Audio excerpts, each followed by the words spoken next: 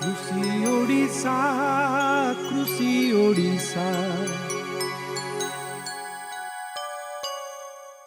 नमस्कार।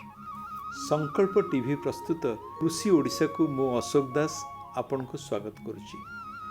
आम राज्यर जंगल अंचल गाँ गंडार चाषी माने हाथी उपद्रव जो अनेक समय फसल क्षतिर सम्मुखीन होता। दुर्भाग्यवशत केबे केबे हाथी आक्रमण में मनुष्य प्राणहानि घटवा कथा आम समस्ते जानूचे। हाथी को दूरी रखापी केउठी लोके निआहुला जालती, केउठी ढोल पिटंती तो आउ केउठी मृदु आघात देवाकू सौर शक्ति संपन्न तार टाणी थांती। तेबे छोट चाषी अनेक समय ये सब करने संभवपर हो न था। सहज सरल उपाय हाथी घुषुरी आदि को फसल क्षेत्र दूरी रखापी एबे आईआईटी बॉम्बेरू इंजीनियरिंग पास करथिबा 3 जण छात्रंकर स्टार्टअप रूकाट टेक्नोलोजी एक इनोवेटिव प्रोडक्ट बाहर करछि। सिस्टमटी दिन बेला खरारे चार्ज हुए आ संध्यारू सकाळ जाए जड़ी थाए। घुषुरी भालू किंबा हाथी आखि पतन आकलन करी सेही हिसाब रे सान किंबा बड़ खुंटरे एई पीक रक्षक खंजा जाए, जद्वारा से आलुओ वन्यप्राणी आखि उपरे पड़िबो।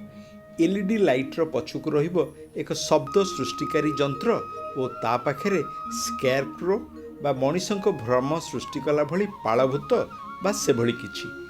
एही स्केरक्रो को फ्लोरोसेंट कलर रे रंग देदेले लाइट्र रिफ्लेक्टर रे ताहा चकचक मारिबो और एणे पीक रक्षक क्रमागत एक भिन्न धरणर शब्द बाहरिबा जोगु ए सबुर मिलित प्रभाव रे हाथी किंबा अन्य वन्य प्राणी माने बाउला होई खेत आड़क न आसी बाट भांगी अन्य आड़े पलैबे। रूकाट टेक्नोलॉजी द्वारा डेवलप एक ऐसा यंत्र है जो रात में आने वाले जंगली जानवर को किसानों के खेतों से दूर रखता है। इस यंत्र में 3 कंपोनेंट हैं, एक आवाज़, दूसरा लाइट और तीसरा रिफ्लेक्टिव स्केयर करो। ये यंत्र आप अपने खेत के मेड़ पे लगा सकते हैं, जिससे कि आपके खेत के फसल का नुकसान भी नहीं होगा और जंगली जानवर दूर से ही अपना रास्ता बदल लेंगे। चाष क्षेत्र में यार सफल परीक्षण एवं ओडिशा, झारखंड, मध्य प्रदेश और महाराष्ट्र केतेक अंचल होइतिबा खुशीर खबर। यह जंत्रटीर ना यार इनोवेटर देइचंती पीक रक्षक, जार वर्तमान दाम 3900 टंका और बिना रक्षणाबेक्षण यह बहु वर्ष चलियो बोली रूकाट टेक्नोलॉजीज संस्थापक माने कहते। तेणु चाषी माने निज फसल बचाइवाई यह किनीपारे एवं क्षुद्र चाषी मानक ए बाबद जदि कौन सरकारी कि बेसरकारी संगठन किसी सहायता दे पारती तेज अनेक यह व्यवहार करें। यह द्वारा मनुष्य और हाथी द्वंद्व कि एड़ा जापर निश्चय आ फसलर मध्य सुरक्षा है। ये तो कला छोटिया यांत्रिक कौशलर कथा। आउ गोटे देशी उपाय एवं बेसरकारी संगठन संभव पक्षर हाथी चलप्रचल अंचल चाषी मानक बतई दि जापर ताहा किछि परिमाण में सफल होइतिबा जଣା पड़िछि।